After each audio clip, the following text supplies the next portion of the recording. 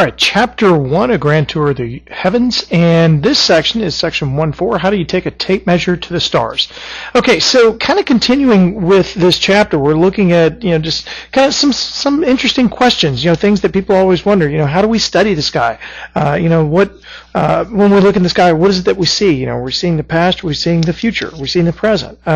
This section really, a short little section introduces the idea that, we often talk about distance to things in the space, in either near us in Earth orbit or in the solar system or, out in the galaxy or out in other galaxies. Well, how do we talk about that distance? How do we know that distance? Are scientists just making this stuff up or what?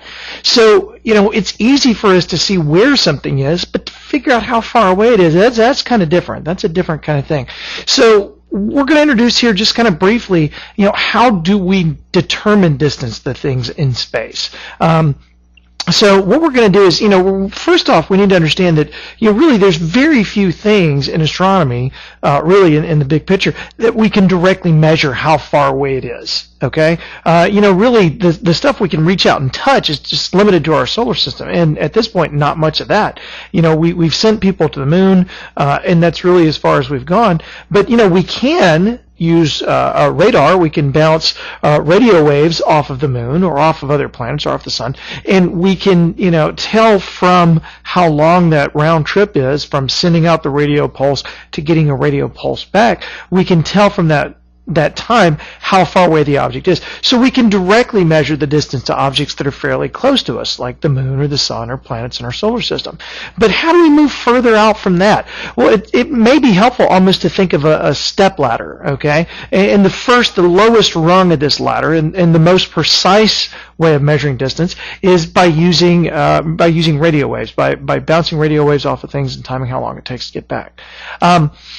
Well, if you go a little further afield, you go a little further than that, you got to get a little more, kind of tricky about what you're doing. For stars that aren't very far away, all right, you can find out how far it is by its apparent change in position based on, the orbit of the Earth. Okay, so think about like this. If you were to maybe you were to look at some distant object. Okay, we've got some object here, and you hold your thumb up in front of your eye. Okay, hold your thumb up in front of your eye, and hold your thumb out as far as you can, and line it up with that object. Okay, close one eye, close your left eye, and get your thumb lined up with that object. Okay, and then switch to your left eye.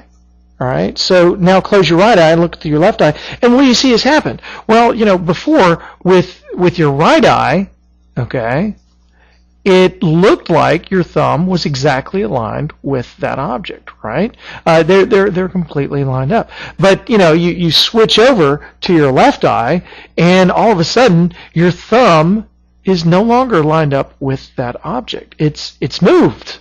All right. Well, did your thumb really move? No, your thumb didn't really move. It was that switch in perspective. You're changing from one eye to the other eye, and so you're seeing a change in perspective. And that's one way we can measure the distances to some stars. By knowing how far position changes, we can tell, well, here's the apparent change in position of the star. Here's how far away it has to be. And we'll talk about that in future chapters, but this is called parallax, okay? Parallax. And this is just the apparent change in position of the star based on our movement in relation to the star, okay?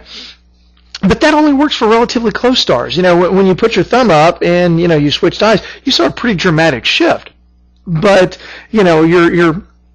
you're not going to see that much of a shift for a very far away object. The further away that object is, the less shift you're going to see. Your thumb was, wasn't that far away from your eye, and when you switched eyes, you saw a shift. But take your thumb and put your thumb a block away and see if you can tell much of a change by doing that. Well, if you put your thumb a block away, you probably got some other things on your mind.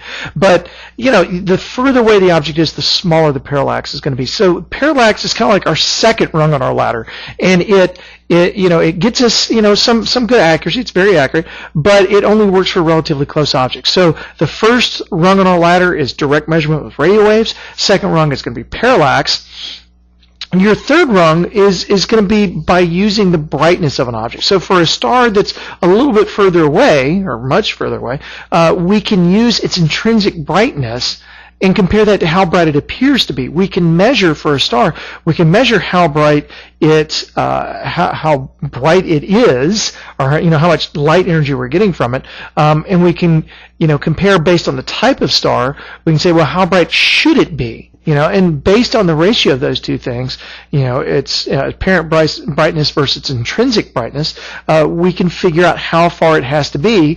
If you have a very bright object, and say someone's shining a flashlight in your face and they're right up on your face, it's going to be really, really bright. Get them to move a mile away, turn on the same flashlight and point it at you, it's nowhere near as bright. Well, nothing about the flashlight's changed except how far away it is from you. So it appears to get dimmer the further away it is. And we can do that with stars. So that's kind of like our third rung on our step ladder. We get a little bit further away by doing that, by looking at how dim the star has gotten. Okay.